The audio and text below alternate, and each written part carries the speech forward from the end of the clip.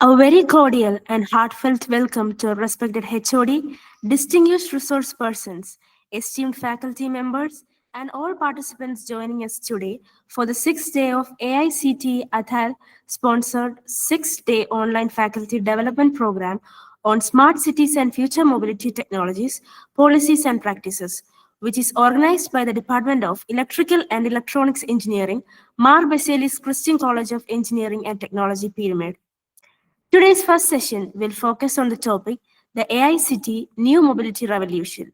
It's my privilege to introduce Engineer Sowmya Paturu ma'am, an experienced professional whose expertise greatly enriches our discussions. Mrs. Sowmya Paturu is an accomplished engineering manager known for her leading multiple projects and guiding high-performing technical teams. She began her career at Kidde-Fenwal career in 2014 as a senior engineer, and her disciplined approach, strong technical foundations, and commitment to the engineering rigor helped her steadily grow into her current leadership role. She brings deep technical expertise in embedded microcontrollers, functional safety system, and model-based design, enabling her to combine high-level system thinking with precision in engineering execution. Her professional background includes roles at TCS, L&T, KPIT, and Carrier, giving her a broad understanding of engineering practices across domains such as switchgear, automotive, and industrial electronics.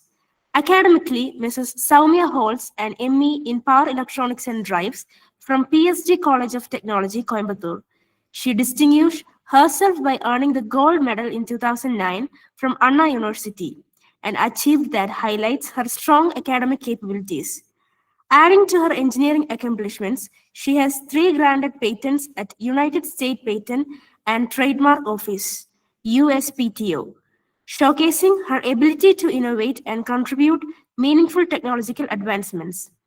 Overall, Mrs. Soumya stands out for her combination of technical mastery, industry experience, academic excellence, and innovative thinking, making her a highly capable and impactful engineering leader. Today, she will be enlightening us on the topic the AI City New Mobility Revolution. We are delighted and privileged to have her with us this afternoon. I now invite Mrs. Soumya Patru to lead the session and share her valuable insights. Ma'am, kindly take over and guide us forward.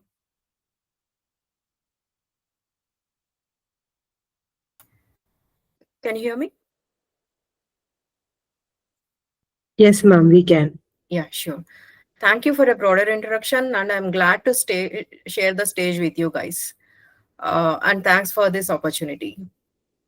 And let me share my screen.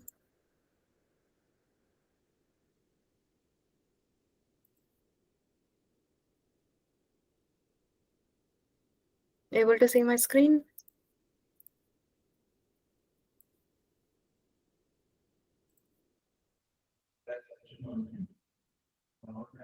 Yes, ma'am. Sure.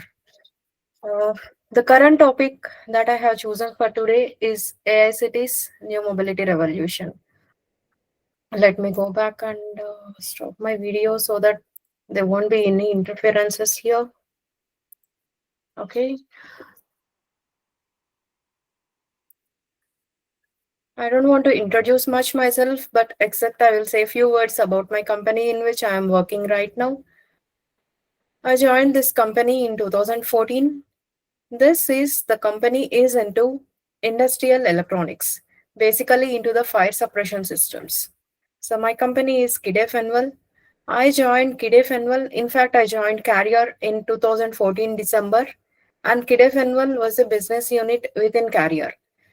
Recently, a year and a half back, my company got separated and my business unit is standstill company now. It is a 100-year-old company, 100-plus-year-old company, basically into the fire protection and safety controls industry. In the fire protection, we have two different domains. One is the fire suppression and activation systems. Second one is the detection and alarm systems. And another domain in our company is Fenwal controls, wherever there is a heating need, a controlled heating environment will be provided with the help of our boards. So day in and day out, we work with mostly the electronics, the sensors, activation units, kind of HVAC systems. This is briefly about my company, and it is headquartered in Ashland, which is in Massachusetts, USA. I work for Hyderabad unit.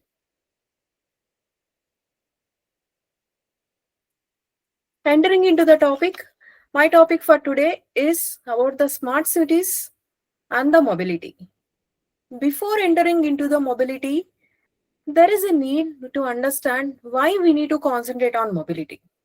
So before that, let's start with smart cities. So any idea this is a new buzzword? Any opinion on this? Okay, so I don't think this is a new buzzword. Smart city is something towards development. For example, recent changes that we have seen is the digitalization of everything.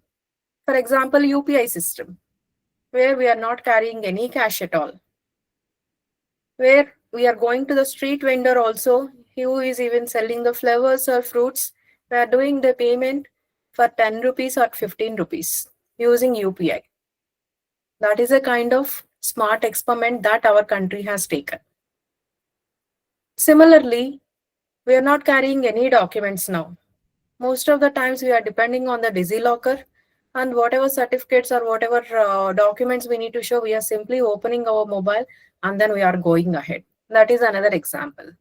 So the digitalization of everything, what is making the city progress towards the next level is the smartness that we are achieving or that we have been achieving for past few years.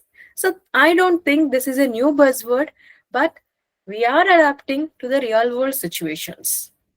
So smart city is nothing but a city that adapts itself in real time to anticipate the solutions. For example, there is a traffic which is completely blocking the road. We will get the information not to move in that direction through GPS, and we will choose the other direction. That is what the smartness that we are doing. But in this context, are we really achieving the results? Sometimes no, because along with the digital adoption, we need to take care of so many measures that won't make the situation worse. For example, clean city is what we are anticipating. But what exactly is happening with the advancement of all these things? Sometimes the city is full of fumes, city is full of pollution. So not only we need to enhance the technology, but we need to concentrate on some of the measures like the pollution reduction and the sustainability infrastructure. So that's what we are aiming at. Now, what are the smarter streets?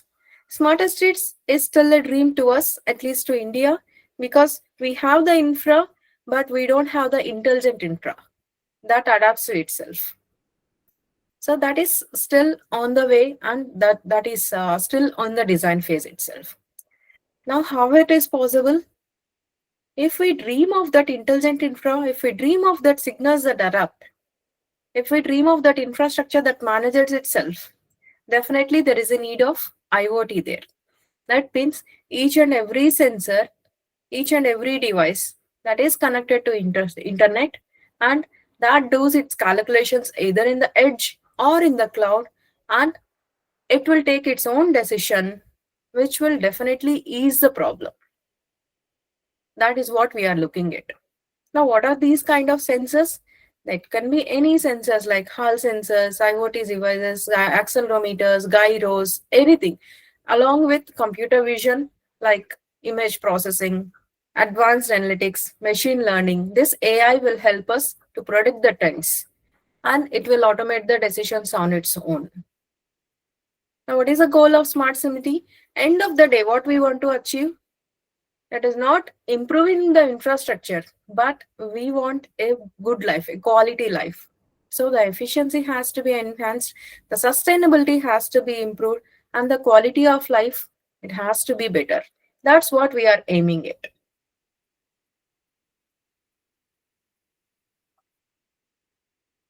Now let's see the evaluation. So in the smart cities, It's not exactly smart, but it's improvement day by day. From long time itself, we are calling them as smart cities, but that's what is a starting step, I would say. For example, if we see, it started somewhere in 1974.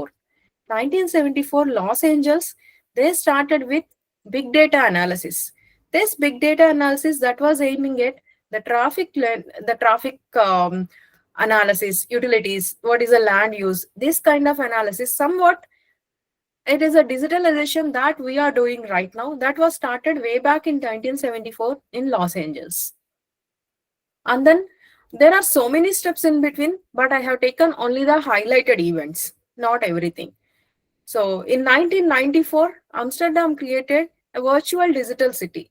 Virtual digital city is nothing but whatever the important things. For example, we have something like e-seva and me-seva kind of things. This is nothing but a virtual digital city.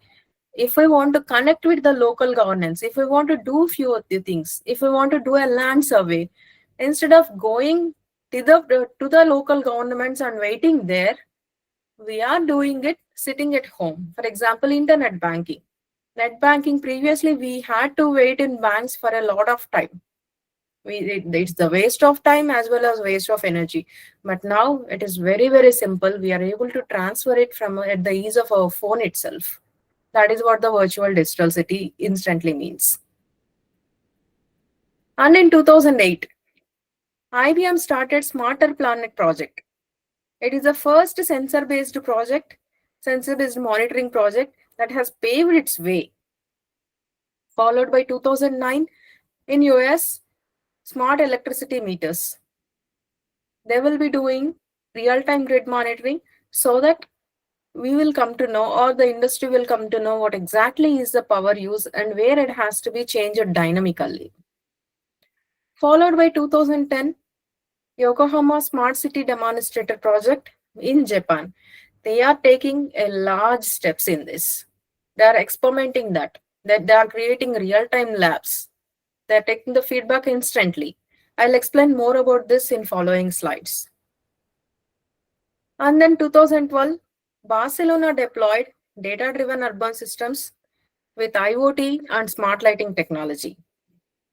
And then China is taking a big leap. You can see 3 consecutive years, 2013, 2014, and 2015.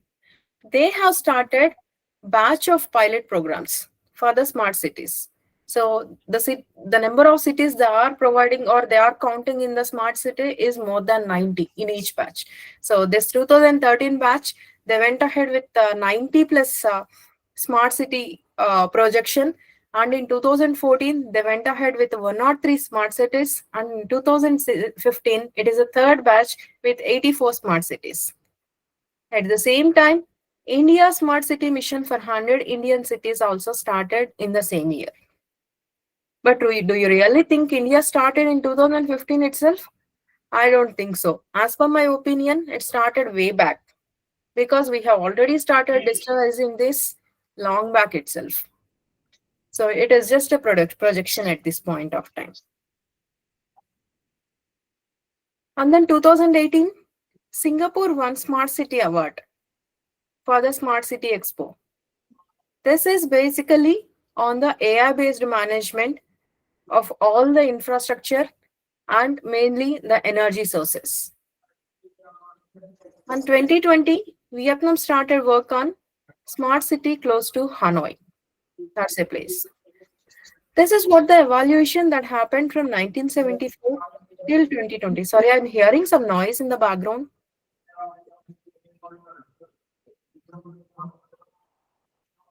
Can you mute yourself?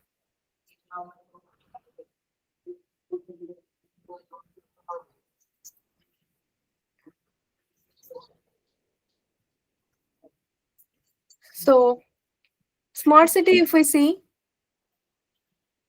we can say the architecture of smart city in this way.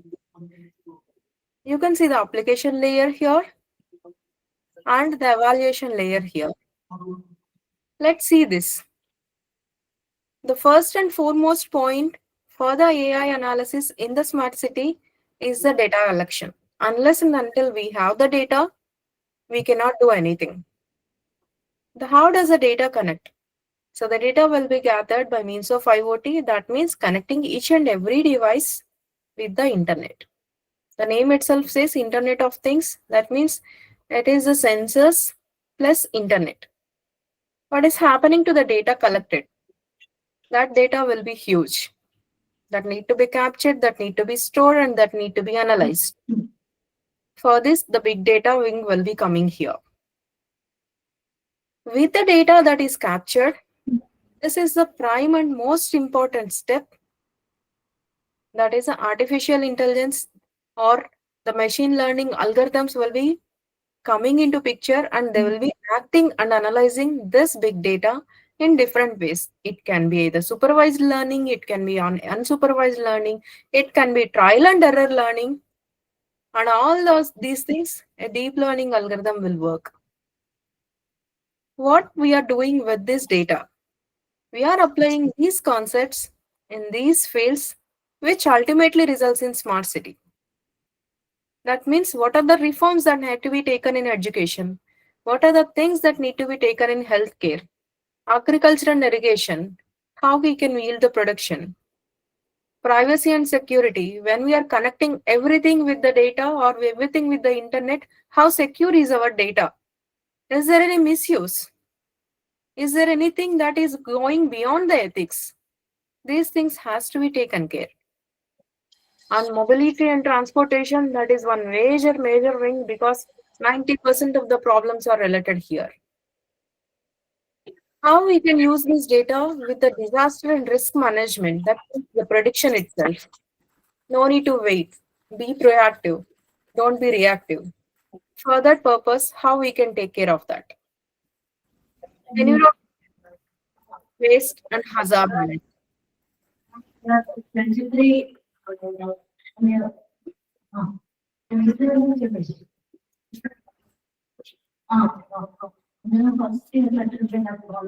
I'm getting a lot of noise. Can you self go in mute? ಅಂದ್ರೆ first ಇಯರ್ಗೆ ಮಾತ್ರ ಅದ್ರ ಮೇಲೆ kind ಬಂದು first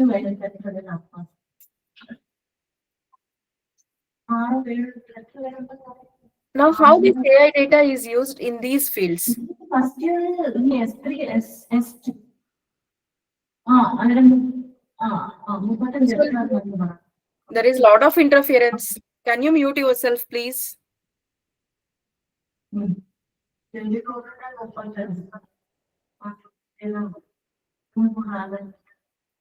Okay. AI will be used in healthcare 23%. Energy, this is the current projection. So two major segments if we see, one is the healthcare, second one is the mobility and transportation. Let's see going further how this is going to be. And the market value projection from 2024 to 2034, you can see how this is revolutionizing. Within the span of 20 years, it is projected to go $45 billion to $237 billion. It is increasing exponentially.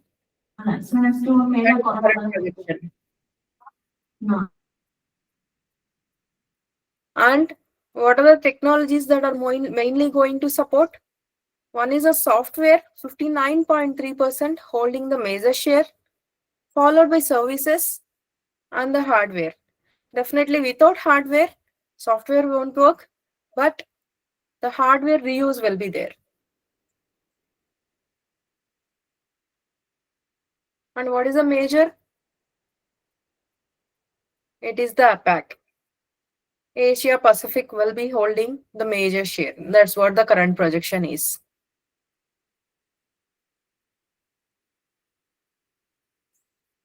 Now, coming to domains. What is these domains? So we are talking about smart cities, data, IoT, AI, all these things. But when it comes to the actual implementation, what are the things that will be coming into picture? There are different domains noted here. One is the safety, security, governance, and frameworks. So safety, security, governance in the frameworks means how the data will be captured safely, how it is going to be maintained safely. This will come under the safety, security, and governance frameworks. That means we need to ensure responsible, safe, and inclusive AI. We need to take care of ethics. We need to have safer cybersecurity practices. We need to have the trust. We need to develop the trust, fairness, and safe scaling. And another one is predictive analysis and mobility intelligence. So predictive analysis means we need to optimize everything about the mobility. So be it the fleet movement, be it the human movement, be it demand for forecasting, be it predictive maintenance, everything has to be optimized and the efficiency has to be improved. Similarly, smart infrastructure and IoT integration, sustainability and green mobility systems, autonomous and connected mobility, urban digital twins. So what is meant by digital twin? It is a 3D model of the city, exactly the replica, but in a digital way. It's not the physical city, but it's a virtual city. What is the need of this city? We need it so that we can have the scenarios tested beforehand. For example, a flood prediction is there. How much damage will be there and how we can eradicate that, how we can prevent that. What are the steps that has to be taken? The past flood data that will be fed to the algorithm and that will be analyzed, a model will be developed, and finally some understanding will be taken if any flood is about to come, how we can optimize that, how we can optimize the loss. That is the purpose of urban digital twin, and this has already been in progress. And everywhere we are hearing mobility as a service, MAAS mass, they are saying nothing but the all modes of transport, they are converting into a service platform so that a shared service will be used and people will be benefited with lesser pollution and more sustainability. Now, if we see how many domains we have noted here, total 8 domains. Out of 8 domains, 70% of the domains are talking about mobility. That says its significance. You can see this domain is talking about mobility, intelligent traffic and mobility management, autonomous and connected mobility, sustainable and green mobility, urban digital twin, this is in public transport and optimization. Again, mobility as a service. So this says the significance of mobility, that the concentration is on mobility in the smart systems. Why we need to focus on mobility? Mobility is not just about traffic. It's about public health. It's about safety. It's about sustainability, because 90% of the carbon emissions are because of the mobility. It is the economic productivity. How is it related to economic productivity? If the productive time is lost in the traffic, definitely there is a down on the economy. That is why it says the significance of economic productivity. And finally, overall social welfare. So we need to focus on mobility. We need to take care of this before actually we go into smart systems, smart cities. Let's see these things clearly. Now I have listed here public health, safety, sustainability, productivity, social welfare, and these things. Now let's see each of these. First thing, if there is inefficient mobility, if there is a lot of traffic, there is waste of time, productivity, fuel loss, opportunity loss, increased pollution.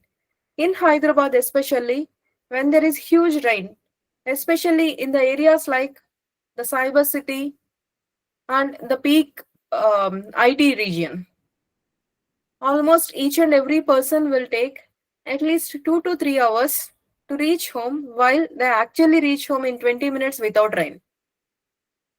So the thing that the preventive measure that has been taken care, people are advised to work from home those days, because definitely that increases the productivity as the time won't be wasted in traffic.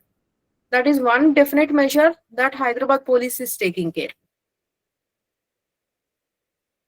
And road safety in lives. Road safety is one of the important point because the highest number of deaths that occur every year is because of the road accidents. 90% of the deaths are occurring because of the road accidents. So road safety is very, very important. One thing that can help us with preventing the road accidents is definitely the AI and autonomous vehicles rather than the human emotions. And then inclusion and social equity, better access to jobs for everyone. Now the city is getting crowded because the access to jobs is in the cities. But how we can enhance that? That can be enhanced with lesser mobility time from the rural areas also. In that way, inclusion and social equity can be taken care. Even the healthcare for the people in rural areas, definitely healthcare is a definite struggle. Even that can also be or that can also be made feasible. The healthcare can be made feasible with the kind of AI systems or better designed mobile systems. The commute is the most important thing. Environment and public health, this is more or less a sustainable thing. Excessive energy consumption can be avoided, lesser pollution, lesser stress, and better public health. Better quality of time, more or less related to all of these.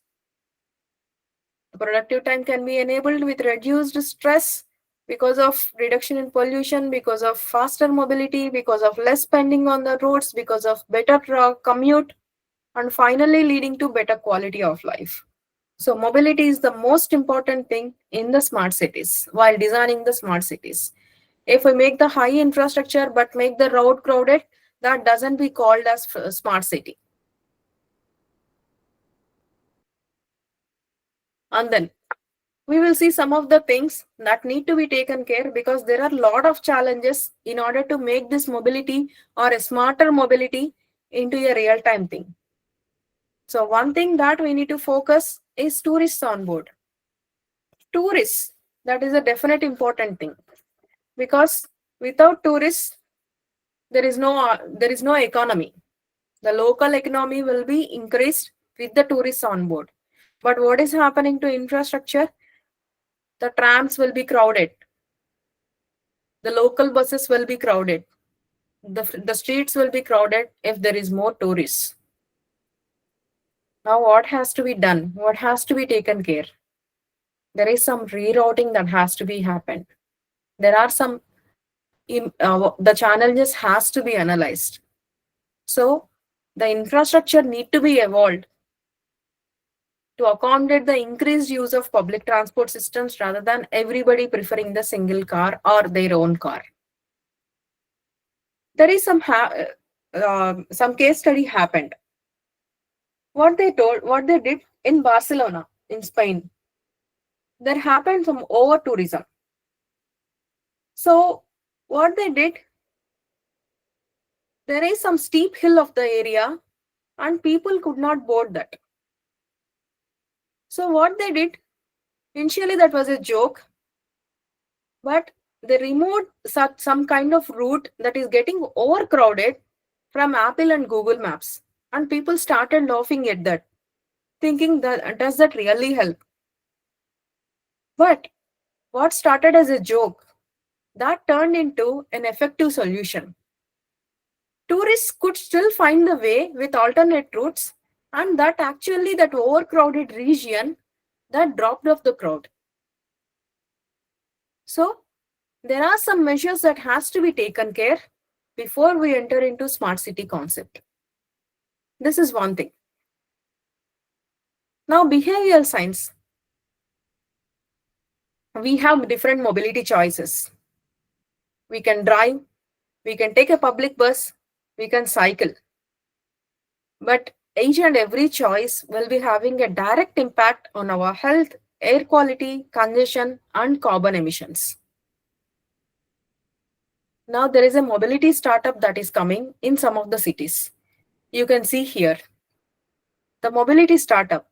Mobility startup, as we hear the name, we think that is something related to new cars, new tram lines, new transport system. But this is not that. This mobility startup is to impact the psychology of the people, to nudge that we can go ahead with the sustainable commutes. There is a Swedish startup. The name itself is nudged.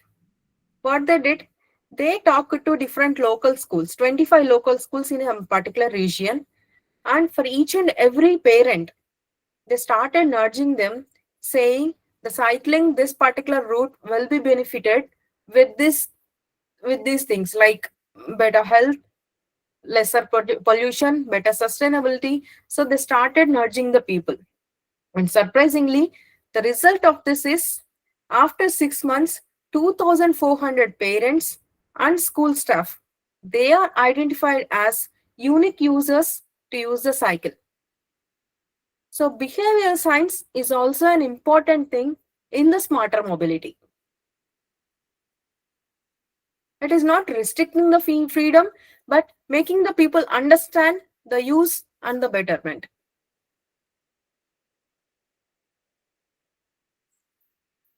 This is some kind of redesign. Reduced car dependency and how we can better reuse the streets. So you can see the use of the streets as there are 2 cycle paths and some part of the road is filled with greenery. This kind of city which we live in definitely will have so many positive effects.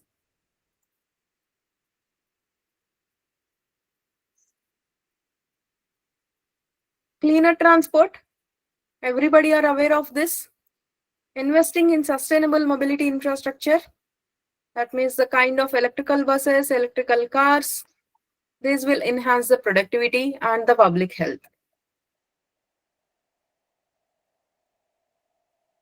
This is some experiment that is happening in Norway and some other, I think Sweden. What they are doing, they are constructing exclusive bike tunnels, which are connected with the metro stations. And they are providing free provision of the bicycles. They will be having a bicycle station, and this tunnel will be exclusively for the bicycles, e-bikes, scooters, mopeds, which run below 20 km/h. This is not for any other vehicles, not even for pedestrians. This is only for the cyclists. These kind of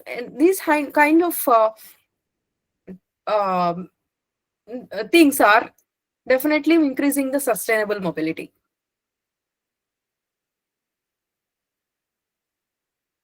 Now these are the stories, but what actually we need? Do we really need an autonomous vehicle, or do we really need a platform to connect? So if we invest in autonomous vehicle, definitely that is a 1% solution. If we have a platform to connect, that will enable multiple uses. Do we need to build the car or build the network? Both are definitely important. Now, when we go to the autonomous systems, what we need to take care? The real-time communication between the vehicle and its surroundings. Definitely, they are the important things for the road safety. So we are saying that autonomous vehicles will increase the safety of the road or will reduce the accidents. But how they will reduce the accidents? By means of effective communication between the vehicles. This is where the real challenge is. Why we are saying real challenge? Because there are different standards. There are multiple car manufacturers and multiple car vendors, but they are not operating on the same standards. They are operating on different interoperable standards. Now, what we need to define? We need to define the standards so that people will be operating, or the manufacturers will be operating, and they will be communicating on same set of standards.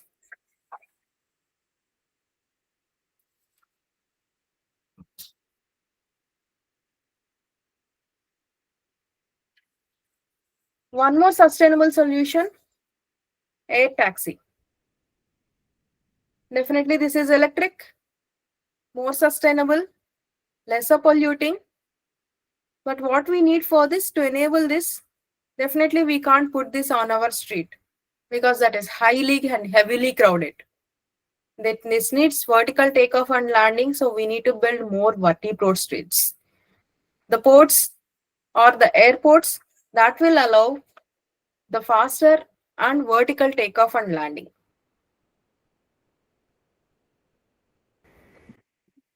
And even our country is enabling this.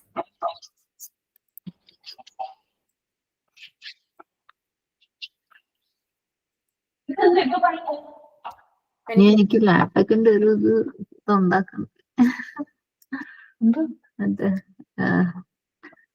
Project. Hello. Sorry, ma'am. Sorry. Yeah, no problem. Now let's see the use of your AI in mobility. So till now what we have seen, one is the smart cities, second one is the importance of mobility in the smart cities. Unless and until mobility is taken care, we cannot achieve the real dream of smart city.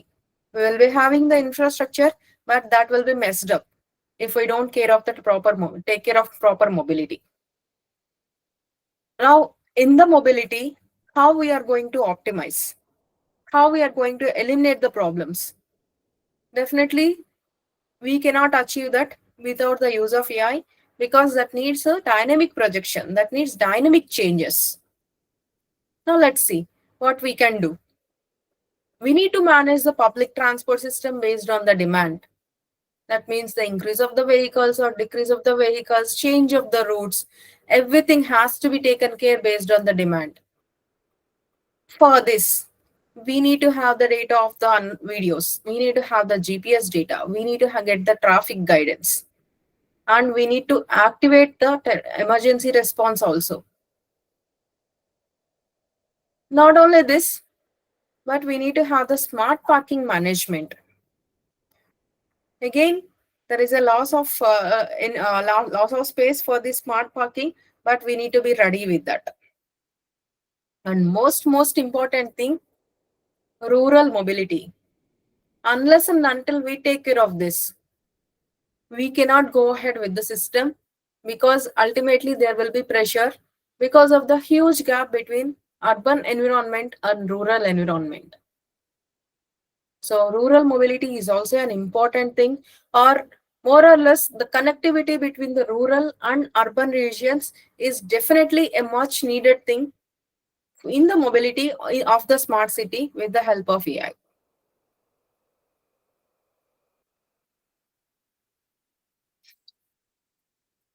This we know, but just as a recap,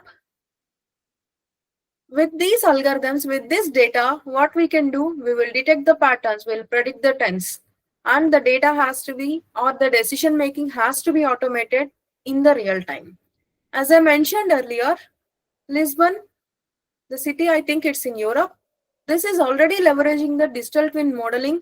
That means the complete modeling of the city, a virtual city, to simulate the flood scenarios and plan the adaptive infrastructure responses. Now, this particular algorithm, they are estimating that next 2 decades, they will be going to avoid 20 floods, if not complete flood avoiding also, but they will be saving more than 100 million euros.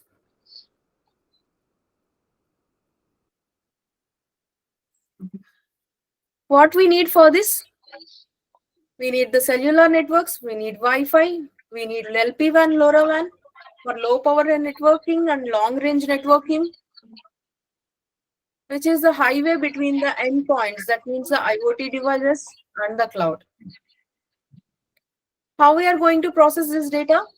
The data can be processed either at the edge computing level or at the cloud computing.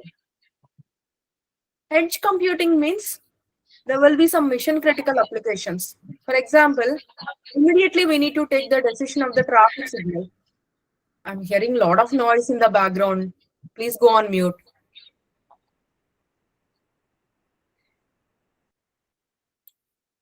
So there are some mission critical applications where the decision has to be taken instantaneously. So we don't have the luxury to go to cloud, compute there, come back, decide, and then put the results.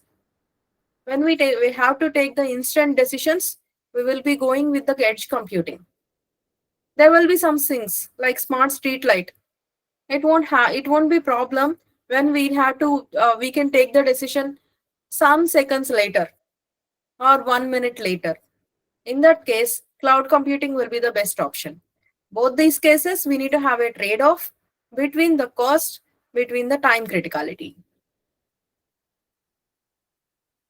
How these decisions will be taken? By means of ML algorithms, what we have seen in the initial slide. The entire IoT data that will be taken as a data backup, and that data will be analyzed using the machine learning algorithms that will be used for the decision making. Along with this, we have the images and videos. We have the algorithms to provide the image recognition. That means reinforced learning, supervised learning, unsupervised learning, and reconstruction. All these things will be helping these ML algorithms. And the digital twins, which we have already seen. Let's see some of the case studies. There are 2 case studies I have collected. One is the case study of the smart city. Second one, the case study of the mobility. Let's see the case study of the smart city now. So this was an experiment that was started by Toyota in Japan. It's almost the phase 1 is complete, and they have already started it. So this city is called the Owen City. This was started by Toyota, and this is nothing but a living laboratory where they have started with 70 hectares, and they started using the latest technologies for entire planning, connectivity, space optimization. It is completely optimized city where they are experimenting how the future smart city should look like. They have designed 3 types of streets for this. The fastest one for the vehicles. And there is another one that is for personal mobility. Third one is a combination of these 2. They have some underground system. That underground system they are using for the fleet management, for the delivery services management. They are not using the normal streets for this. So totally 4 kinds of streets are there. And the pavements, they are adorned with buildings made of wood. And the rooftops are covered with solar panels for the electricity. Along with these solar panels, the energy production, they are combined with hydrogen fuel cells. And complete high levels of automation in terms of public services, using the robots, autonomous vehicles. As I mentioned, these will be moving underground. These are not on the streets.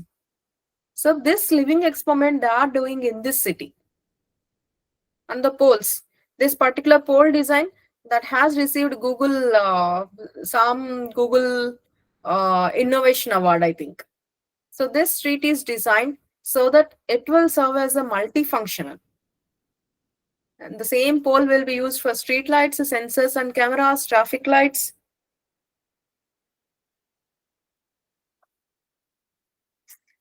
Now, who will be doing this? Definitely Toyota is the one who is taking the major part of this, but majorly the participants of 2 types. One profile of participant, they are called the inventors. The second part of participants, they are called the weavers. So the inventors are somebody who are doing the invention. That means they are taking care of the actual design of the system. They are the entrepreneurs. They are taking care of the actual investment. They are designing the system. And weavers are the people who are living there or who are visiting that city. What they are doing, they are experiencing that and they are giving the feedback. That is a portion of weavers there. Now what Toyota will be doing?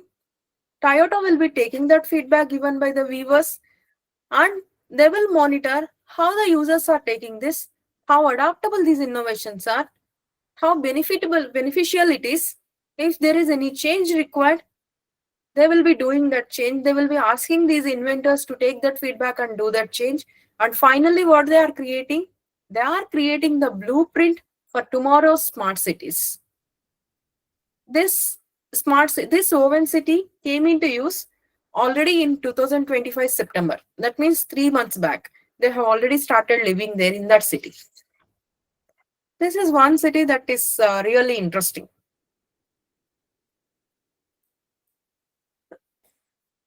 Second case study. This is on the mobility.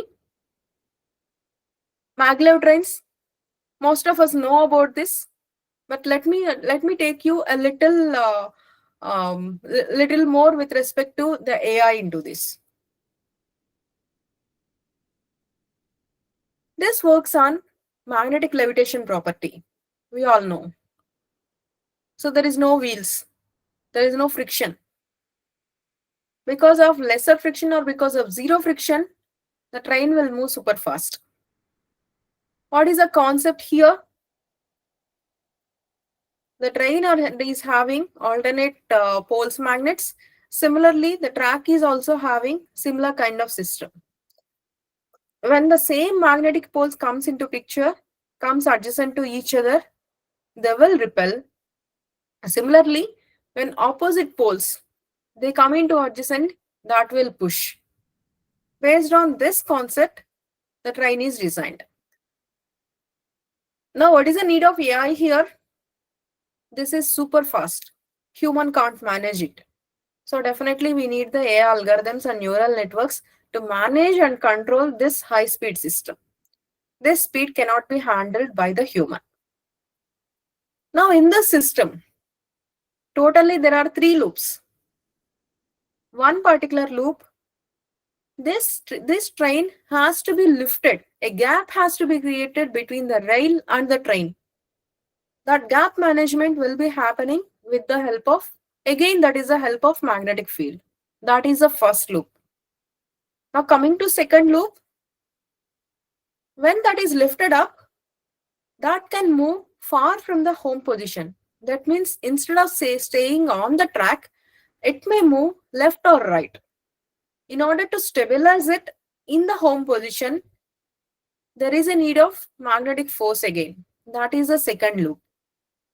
And the third loop is for the propulsion, what we are seeing here. With the help of these 3 loops, magnetic levitation trains are designed. Let's see the architecture of this. So in this, there is a physical network, physical infrastructure, which comprises of the train system, the sensors, all the electrical grids, the magnetic field generators, other sensors, complete physical devices. It is the base for this. And the connectivity is the core network here. Now coming to the train and guideway. Totally, I have taken 3 blocks in this. One is a train and guideway, onboard control and safety, and the power and electronics piece. Train and guideway, you can see here, magnetic flux sensors. Magnetic flux sensors, this is very important because this is what the magnetic field generators and the sensing how much field is generated. This is very, very crucial because this is what decides the train's position, the gap between the rail and the train, the speed, the control system to completely change and dynamically adjust the electromagnetic forces. So electromagnetic flux sensor data is very, very important. And then gap sensors. Gap means it is the gap in between the rail and the train. This has no contact. So the gap has to be maintained. And that need to be adjusted and they need to be monitored in the real time. That is done with the help of gap sensors. Doppler radar. To have the real-time position of the system, of the train where it is, we have the GPS. But what if GPS doesn't work inside the deep tunnel? So we need to have some alternate real-time monitoring thing. That is taken care by the Doppler radar for the precise control and precise positioning of the system. Accelerometer. This is also very important. This is not used for the movement of the train, but this is used for the passenger experience. It is a very, very high-speed moving train. And imagine the position of the impact on the people. People should not feel that vibration. In order to make sure that the vibration is not felt, that need to be measured real time. each and every minute, each and every second, what is the date, what is the vibration that is felt by the people, whether it is the vertical vibration or the lateral vibration or the longitudinal vibration. Each and every data has to be fed to the system and analyzed and controlled in order to give people a real good experience or in order to avoid the injuries. Thermal cameras. This magnetic levitation itself works on the superconducting magnets. That means the material will be cooled to absolute zero. What happens if it gets into ice condition? So we need to continuously monitor what is the temperature of some crucial areas. That will be taken care by the thermal cameras. Similarly, wherever it is full of power electronics and more heat production scenarios are there, in that case, some cooling agents has to be supplied. Whatever it is, the data will be fed by thermal cameras, which acts as heat sensors. Smoke and chemical sensors. This is very, very important because in the bogies, in the compartments, and wherever the crucial systems, the pantry car, the actual electrical generation area. So all these places, the smoke sensors will be employed for the fire prevention. So there are two types of smoke sensors. In fact, it is one of my domain in which I am working with. So the two types of smoke sensors that they have mentioned for this system are aspiring smoke detectors, where there will be some channel of pipes and the air is pulled into that. And that air which is pulled, that will be analyzed for the smoke effect. That means the particles will be analyzed and they will be seeing if the particles is having any smoke particles. Is it purely air or smoke is imbibed in that? That will provide a high-speed smoke detection. And the second one that is used here for the smoke detection is high sensitivity smoke detection, where there will be laser signals. That laser signal will be, there will be some transceiver unit and there will be some receiver unit. From the transceiver unit, the laser signal will be pumped, and that laser signal, if it is cut by any particle, immediately that will throw the alarm. Like this, that is taken care.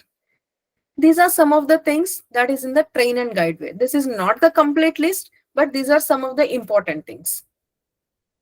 Now what has to be taken care? Now we have the data. We have the data of electromagnetic flux sensors, we have the data of gas sensor, we have the data from the Doppler radar, accelerometer data, thermal camera data, other all sensor data we have. That data has to be analyzed now. How it is analyzed? That will be analyzed with the help of GPUs, with the help of microcontrollers, with the help of high-speed FPGA signals, FPGA controllers.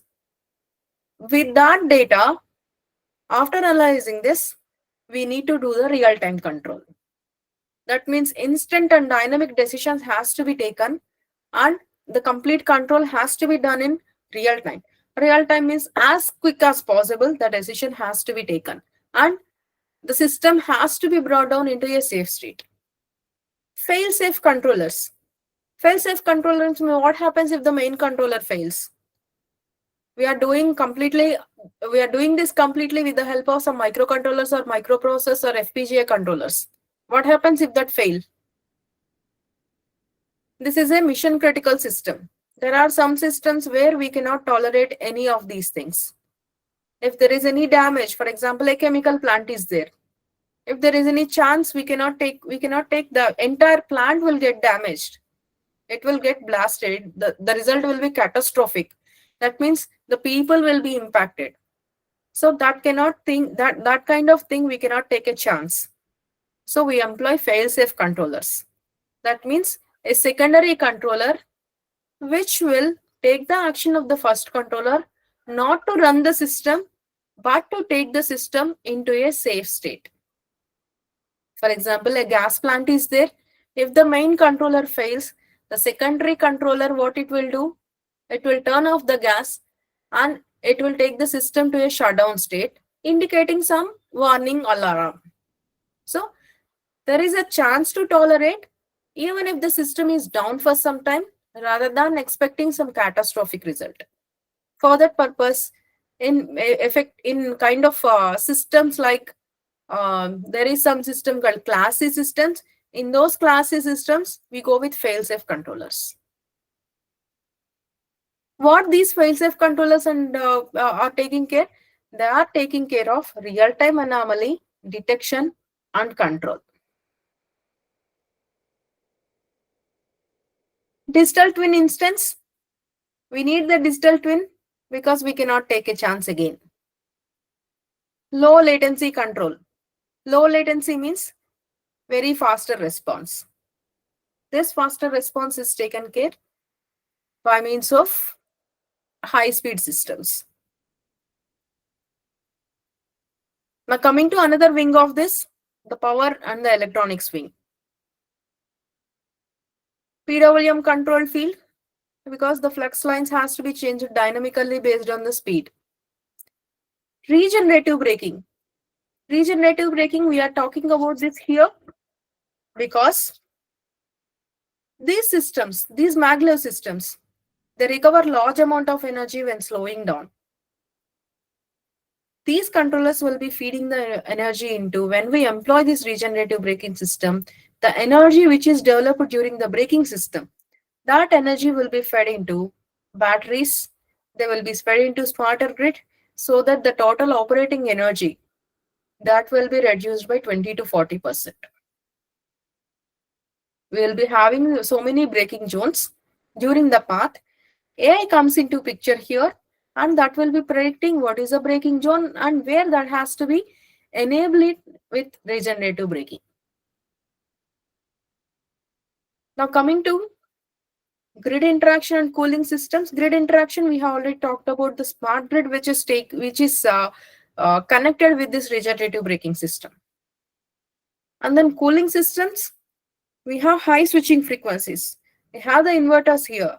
We have the power electronic systems. All these things will be generating large amount of heat. This heat which is generated, that need to be cooled down. For that purpose, AI controlled cooling pump systems are employed. And redundancy, again, we cannot imagine the scenario where the electricity will break down. For that purpose, we need to have the redundancy. These units, which are the important portions of these maglev trains, all these systems will be combined with AI analytics and algorithms, and the complete data will be controlled by means of cloud and central controls. This is the maglev systems complete architecture, which is already in progress, and some places or some countries are already realizing this. Now, what is the future of these maglev trains? Maybe the maglev cars. It is just an idea still now, but they are trying to make it in a reality in the future. But again, for that, we need to have the smarter roads. For the kind of roads that we are having right now, maglev cars are still an imaginary thing. Japan is already talking about maglev houses because it is more prone to earthquakes. So they are thinking of the maglev houses which will rise few feet above the ground when there is an earthquake. Again, all these leads to smarter cities. Now whatever we have seen all the advantages and what are the challenges in terms of implementation. But what are the other challenges and how we can mitigate them? The main challenge is with respect to data. How better the data will be used. If we are not using the data in the right way, definitely that will be a major challenge. So the data privacy has to be maintained, and who is going to benefit from there? Is there any social differences that is going to be made because of this? All these things need to be taken care. One more thing, there will be different public sectors, there will be different private sectors, and there will be some civil sectors also operating on these data. There will be tools. For example, If we take the UPI, UPI is developed by some particular organization. Now we have so many gateways. What happens if the competition develops between these gateways and they try to overcome or they try to cheat one of the other? That will happen that they can generate the data silos. They may generate the contradictory outputs in order to prove themselves as a higher. And in the extreme cases, they may misuse the AI because they wanted to gain the influence and they want to control the urban systems. All these things has to be taken care. Again, this is one of the important domain on the spotlight that we have already seen. The data privacy and the regulatory frameworks, they are the most important things ahead of all because this works completely on the data. So we need to have the clear governance frameworks. We need to have clear interoperability standards.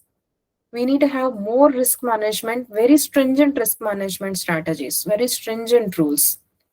Unless and until these are taken care, playing with the digital data, either for the smart city or for any other use, it won't give us a good result.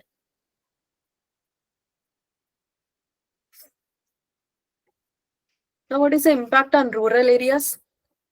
We have seen all these things. Whatever we are talking, mostly about the cities. But what happens to rural? The rural people may feel that they are going backward. They shouldn't be given such feeling. So there are many pros, there are many cons. What are the advantages? Advantages are definitely the AI-driven logistics, because the drone delivery, predictive routing, all these things will make the movement of goods and farm products faster reach up to markets, which will enable the farmers with a good results. Similarly, if we use the AI models efficiently, the rural energy, water, land transport, any other thing that connects the villages, they will be managed more efficiently. And to provide the good yield also, the predictive analysis will support. But what are the disadvantages? Definitely this is going to make urban-rural divide, because the investments, whatever we are talking entirely about the cities. In that case, the rural areas will be left behind. Technologically, they will feel backward. With that, the people will be biased and people will feel, the people in the rural areas, they will feel we are discriminated. This will cause the social unequal challenges, social economic gaps. All these things are there. So we need to have definite inclusive policies where the smart city that will focus on the development and that will focus on the better connectivity with the villages rather than creating the social and economic gaps.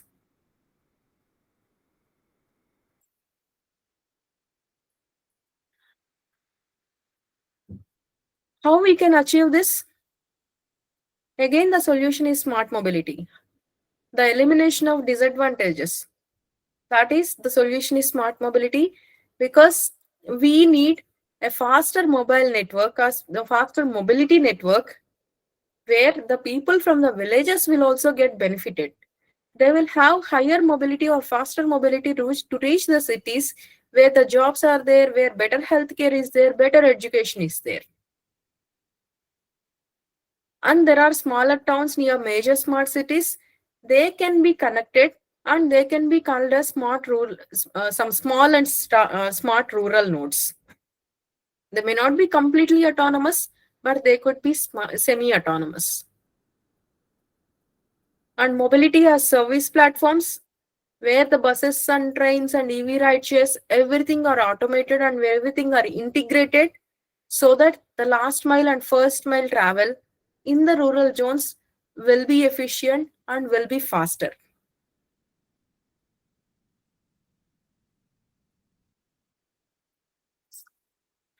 Now the same slide again. We have seen till 2020, but what we are expecting in the future. By 2030, the deployment of AI, these are all projections. This is not real-time data, but the projection is AI will be deployed by 2030 into the traffic management to reduce the congestion. This is one thing that each and every person of India is looking at. Because of the road congestion, then there is a lot of traffic and a lot of time is wasted. And by 2035, right now, especially some major cities in Hyderabad, and if we take North America, everybody will go by car. There is very, very lesser public transport. We need to get rid of that scenario and we need to have more public buses, more shared robo taxis. Now, why people are not preferring public transport is definitely the loss of time. That need to be avoided. That need to be avoided means the data has to be shared with AI and that need to give the real-time monitoring and real-time information. With that, the autonomous public buses, shared taxis, underground and vertical mobility systems, people may shift their mindset from personal vehicle to the shared vehicle. That is what we are expecting by 2035.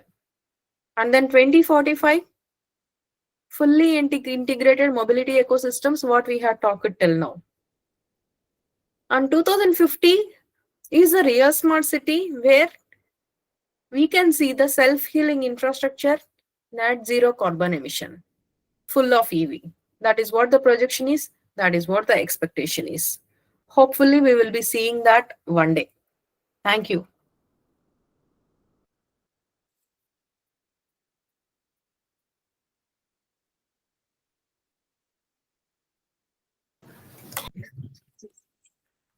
Thank you, ma'am. We sincerely appreciate the clarity and depth with which you presented the session. Your valuable insights have broadened our understanding of the topic and encouraged thoughtful reflections among all participants. We are truly grateful for the time and efforts you invested in guiding us through this significant project. Thank you. Any questions?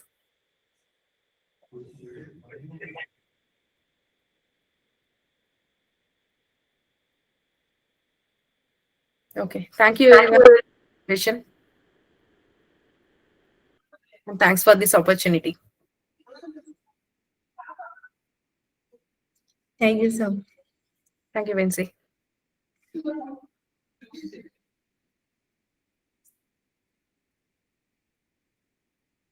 Anything else?